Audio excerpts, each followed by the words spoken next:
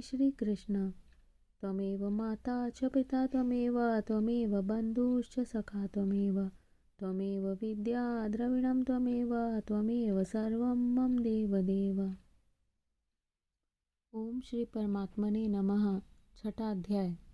उसके उपरांत श्री कृष्ण महाराज बोले, हे अर्जुन, जो पुरुष कर्म के फल को न चाहता हुआ करने योग्य कर्म करता है वह सन्यासी और योगी है, और केवल अग्नि को त्यागने वाला सन्यासी योगी नहीं है, तथा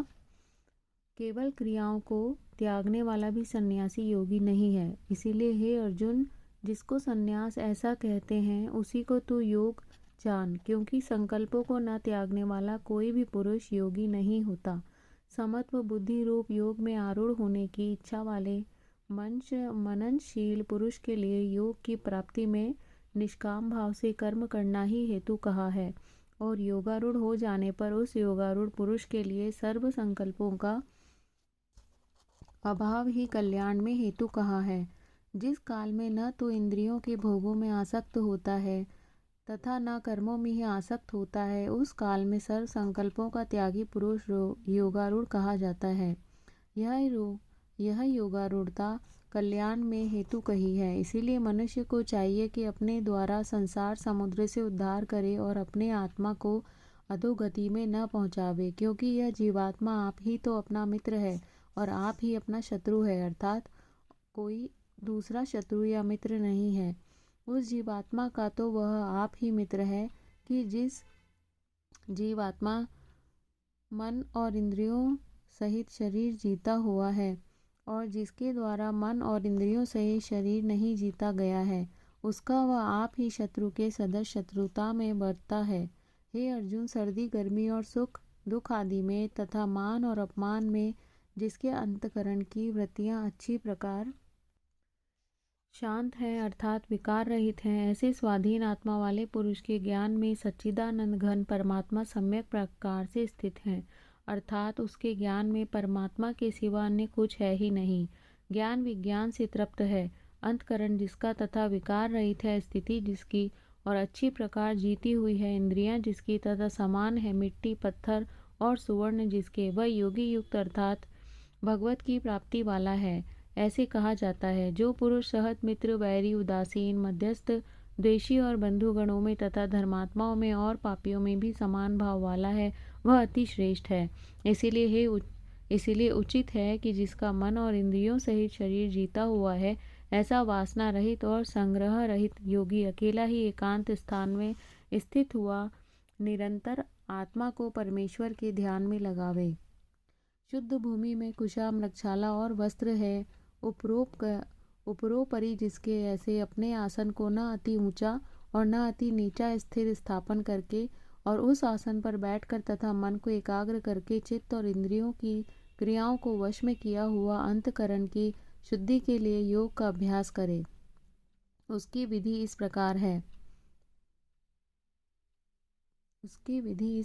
है कि काया सिर और ग्रीवा को समान और अचल धारण किए हुए दृढ़ होकर अपनी नासिका के अग्रभाग को देखकर अन्य दिशाओं को न देखता हुआ और ब्रह्मचर्य के व्रत में स्थित रहता हुआ भय रहित तथा अच्छी प्रकार शांत अंतकरण वाला और सावधान होकर मन को वश में करके मेरे में लगे हुए चित्त वाला और मेरे परायण हुआ स्थित होवे। इस प्रकार आत्मा को निरंतर परमेश्वर के स्वरूप में लगाता हुआ स्वाधीन मन वाला योगी मेरे में स्थिति रूप परमानंद पराकाष्ठा वाली शांति को प्राप्त होता है। परंतु हे अर्जुन, यह योग न तो बहुत खाने वाले का सिद्ध होता है और न बिल्कुल न खाने वाले का, तथा न अति शयन करने के स्वभाव वाले का और न अत्यंत जागने वाले का ही सिद्ध होता है। यह दुखों का नाश करने वाला योग तो यथा योग्य आहार और विहार करने वाले का तथा कर्मों में यथा योग्य चेष्टा करने वाले का और यथा योग्य शयन करने तथा जागने वाले का ही सिद्ध होता है। इस प्रकार योग के अभ्यास से अत्यंत वश में किया हुआ चित्त जिस काल में परमात्मा में ही भली प्रकार स्थित हो जाता है, उस काल में संपूर्ण कामनाओं से स्पृहा रहित हुआ पुरुष योग युक्त ऐसा कहा जाता है। जिस प्रकार वायु रहित स्थान में स्थित दीपक चलायमान नहीं होता है, वैसी ही उपमा परमात्मा के ध्यान में लगे हुए योगी के जीते हुए चित्त की कही गई है। हे अर्जुन, जिस अवस्था में योग के अभ्यास से निरुद्ध हुआ चित्त उपराम हो जाता है और जिस अवस्था में परमेश्वर के ध्यान से शुद्ध हुई सूक्ष्म बुद्धि द्वारा परमात्मा को साक्षात करता हुआ सच्चिदानंद घन परमात्मा में ही संतुष्ट होता है तथा इंद्रियों से अतीत केवल शुद्ध हुई सूक्ष्म बुद्धि द्वारा ग्रहण करने योग्य जो अनंत आनंद है, उसको जिस अवस्था में अनुभव करता है और जिस अवस्था में स्थित हुआ यह योगी भगवत स्वरूप से नहीं चलायमान होता है और परमेश्वर की प्राप्ति रूप जिस लाभ को प्राप्त होकर उससे अधिक दूसरा कुछ भी लाभ नहीं मानता है और भगवत प्राप्ति रूप जिस अवस्था में स्थित हुआ योगी बड़े भारी दुख से भी चलायमान नहीं होता है, जो दुख रूप संसार के संयोग से रहित है तथा जिसका नाम योग है, उसको जानना चाहिए। वह योग न उकताए हुए चित्त से अर्थात तत्पर हुए चित्त से निश्चय पूर्वक करना कर्तव्य है। इसीलिए मनुष्य को चाहिए कि संकल्प से उत्पन्न होने वाली संपूर्ण कामनाओं को निशेषता से अर्थात वासना और आसक्ति सहित त्याग कर और मन के द्वारा इंद्रियों के समुदाय को सब ओर से ही अच्छी प्रकार वश में करके क्रम से अभ्यास करता हुआ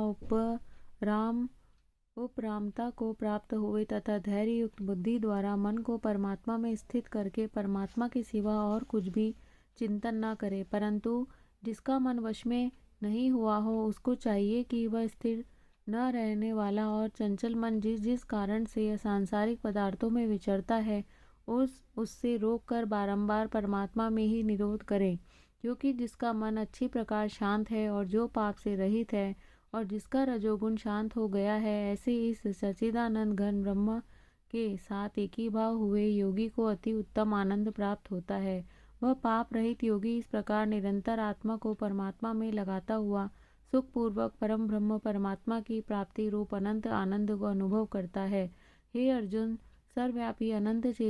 चेतन में एक ही भाव से स्थिति रूप योग से युक्त हुए आत्मा वाला तथा सब में समभाव से देखने वाला योगी आत्मा को संपूर्ण भूतों में बर्फ में जल के सदृश व्यापक देखता है और संपूर्ण भूतों को आत्मा में देखता है, अर्थात जैसे स्वप्न से जगा हुआ पुरुष स्वप्न के संसार को अपने अंतर्गत संकल्प के आधार देखता है, वैसे ही वह पुरुष संपूर्ण भूतों को अपने सर्वव्यापी अनंत चेतन आत्मा के अंतर्गत संकल्प के आधार देखता है। जो पुरुष संपूर्ण भूतों में सबके आत्मरूप मुझ वासुदेव को ही व्यापक देखता है और संपूर्ण भूतों को मुझ वासुदेव के अंतर्गत देखता है, उसके लिए मैं अदृश्य नहीं होता हूँ और वह मेरे लिए अदृश्य नहीं होता है, क्योंकि वह मेरे में एक ही भाव से स्थित है। इस प्रकार जो पुरुष एक ही भाव में स्थित हुआ संपूर्ण भूतों में आत्मरूप से स्थित मुझ सच्चिदानंद घन वासुदेव को भजता है, वह योगी सब प्रकार से बढ़ता हुआ भी मेरे में